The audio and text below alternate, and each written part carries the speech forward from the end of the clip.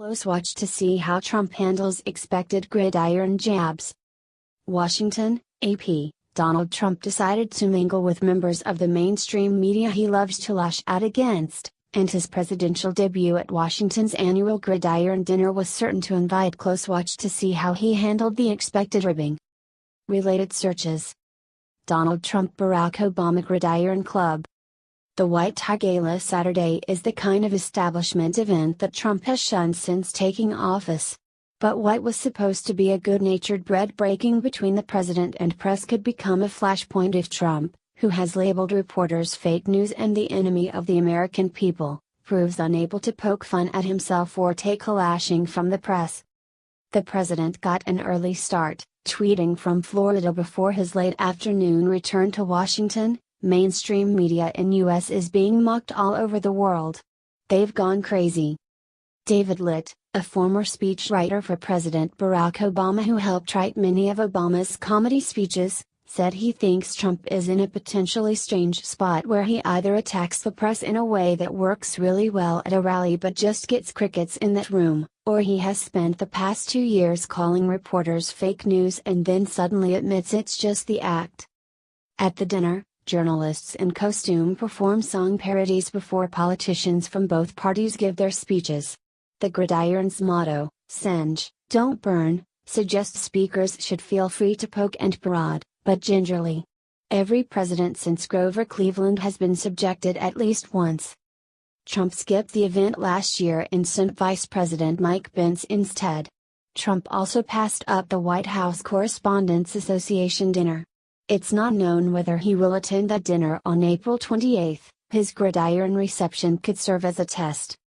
Despite Trump's reputation for being notoriously thin-skinned, Trump has subjected himself to roasts in the past.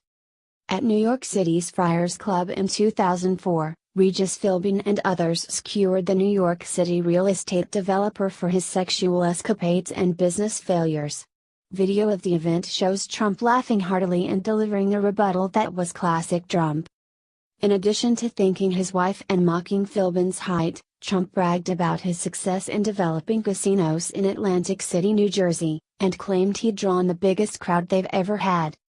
7 years later, Trump agreed to be pilloried at a 2011 Comedy Central roast that included Snoop Dogg, Seth MacFarlane and Mike the Situation Sorrentino. Trump scowled through most of the event, said Ray James, who served as lead writer. James said Trump was difficult to work with, handcuffing the writers, constantly asking whether things were funny and changing jokes to inflate his wealth. He didn't get it, he didn't think the jokes were funny, said James, adding that Trump also made clear to writers that certain topics were off limits. Donald Trump's rule was, "Don't say I have less money than I say I do," roaster Anthony Jeselnik told Joan Rivers in 2013. He was like, "Make fun of my kids, do whatever you want. Just don't say I don't have that much money."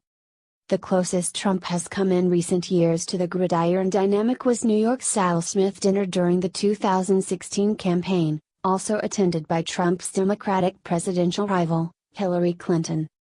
Trump began innocently enough. He joked that Senate Minority Leader Chuck Schumer, DNY, used to love Trump when he was a Democrat. He poked fun at a plagiarism incident involving his wife. But Trump's remarks soon devolved into bitterness and insults, with the soon-to-be president turning booze as he accused Clinton of corruption and hating Catholics.